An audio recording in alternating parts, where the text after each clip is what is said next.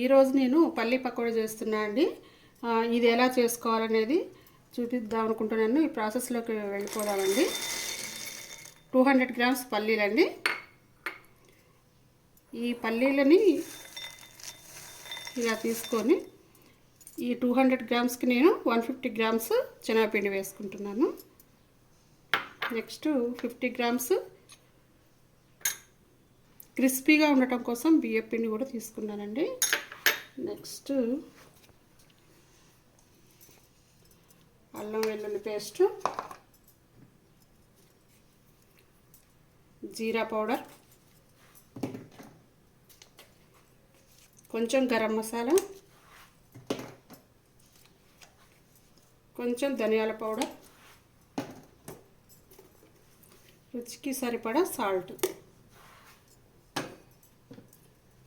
కొంచెం స్పైసీగా ఉండటం కోసం కారం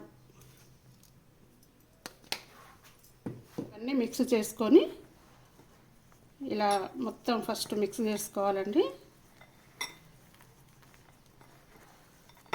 మిక్స్ చేసుకొని తర్వాత నెక్స్ట్ కొద్దిగా వాటర్ కలుపుకుంటూ ఉండాలి. ఎందుకంటే పల్చగా కాకుండా ఇది గట్టిగా కలుపుకోవాలి. ఇలా కొంచెంగా వాటర్ పోసుకోవాలి. ఇలా కలుపుకొని రెడీ చేసుకోవాలండి. ఓకే, ఇప్పుడు స్టవ్ మీద ఆయిల్ పెట్టేసుకుందాము. ఓకే అండి, ఇది హీట్ ఎక్కిన తర్వాత ఓకే అండి, చూసారు కదా. ఇప్పుడు ఇలా కలిపి పెట్టుకున్న తర్వాత ఆయిల్ పెట్టుకున్నా అండి. ఆయిల్ కూడా హీట్ ఎక్కింది. ఓకే, ఇది కొంచెం ఇలా ఒక్కొక్కటిగా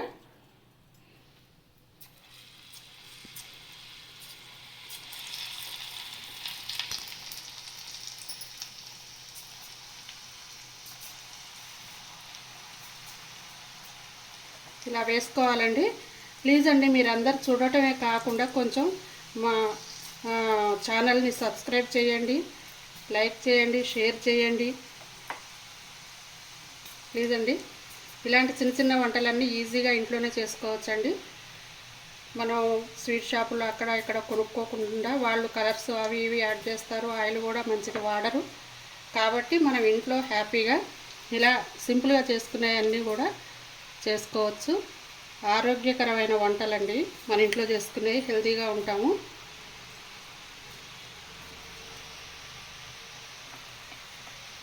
ఇలా ఫ్రై చేసుకున్నాక ఇలా తీసేసుకోవాలి.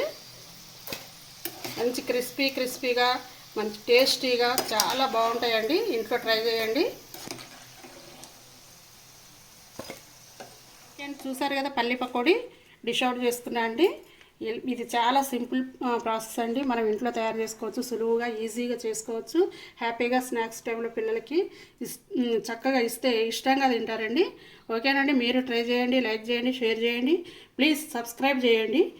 Thank you for watching.